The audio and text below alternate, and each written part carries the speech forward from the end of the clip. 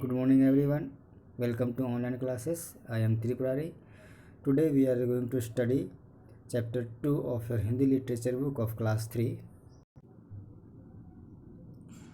पाठ 2 तेनालीराम की चतुराई।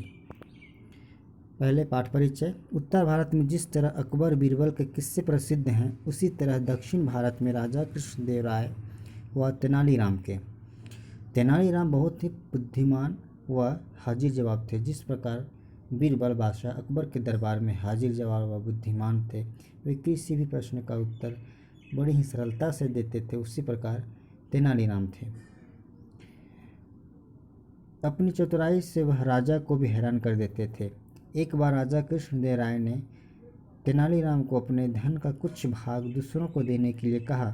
तेनालीराम ने अपनी बुद्धिमानी से उसका ऐसा जवाब दिया कि राजा वाह वाह कर उठे। इस कहानी का उद्देश्य क्या है? उद्देश्य बुद्धिमानी में चतुराई का परिचय कराना, सूझबूझ से कार्य करने की प्रेरणा देना। देखते हैं इस कहानी में तेनालीराम ने किस प्रकार सूझबूझ से काम लिया। कहानी है, एक बार की बात है, तेनालीराम बहुत खुश था। उसने अच्छे कपड़े और गहने भी पहने हुए थे। तेनालीराम को खुश देखकर राजा कृष्णदेव राय ने उत्सुकता से पूछा, क्या बात है तेनाली, आज बहुत खुश दिखाई दे रहे हो, कोई खास बात है? तेनालीराम बोला, नहीं महाराज, ऐसी कोई बात नहीं। महाराज, समय के साथ साथ प्रत्येक मनुष्य बदलता है, विशेष तौर पर जब उसके पास धन भी हो। व्यक्ति के पास धन आने पर उसके स्वभाव, रहन सहन आदि बदल जाते हैं।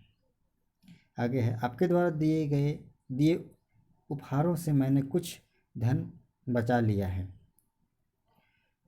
राज दरबार में मंत्रियों द्वारा उत्तर देने पर राजा खुश होकर मंत्रियों को खुशी से उपहार देते थे। उपहार में हीरे मोती दे दिया करते थे।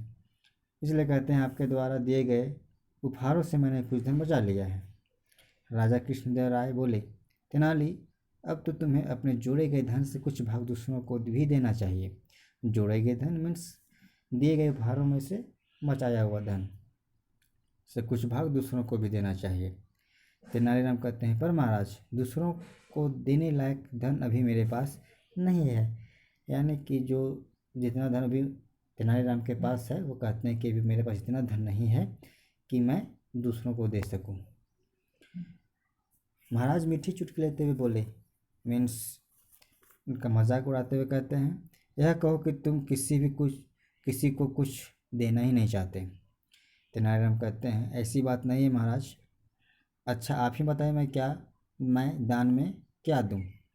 तेनालीराम महाराज कहते हैं, तेनालीराम, ऐसा करो कि तुम एक सुंदर सा घर बनवाओ और दान में दे दो। तेनालीराम ने बात मान ली। तेनालीराम उसी समय से सुंदर सा घर बनवाने में लग गया।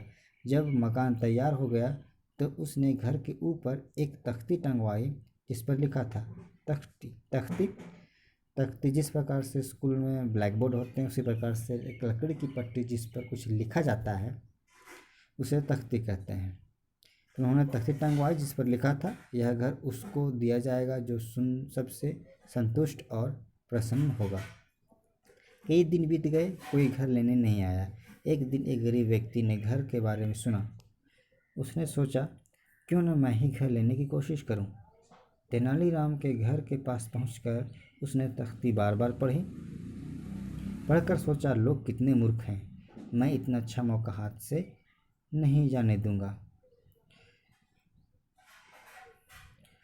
तेनालीराम के पास जाकर वह बोला, मैं ही सबसे खुश इंसान हूँ, मुझे किसी भी चीज़ का लालच नहीं है।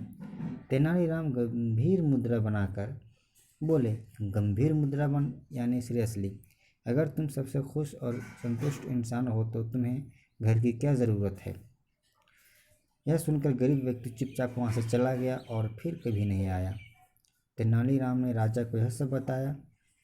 राजा कृष्णदेव राय हंसते हुए बोले, वाह तेनाली, मान गए तुम्हें, लेकिन घर का अब तुम क्या करोगे? तेनालीराम मंद मंद मुस्कुराते हुए बोले, धीरे धीरे मुस्कुराते हुए कहते हैं, मैं किसी अच्छे दिन घर में प्रवेश करूंगा। अच्छे दिन यानी किसी शुभ दिन में। इस प्रकार तेनालीराम ने एक बार फिर अपनी चतुराई से राजा को निरुत्तर कर दिया।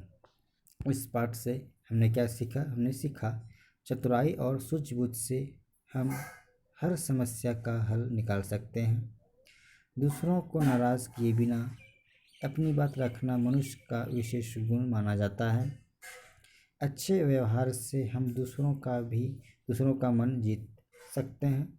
हमें दूसरों के साथ अच्छा व्यवहार करना चाहिए, दूसरों का हमें आदर करना चाहिए और बिना कुछ कहे बुद्धिमानी व चतुराई से अपने कार्यों द्वारा हम अपनी सही बात सिद्ध कर सकते हैं।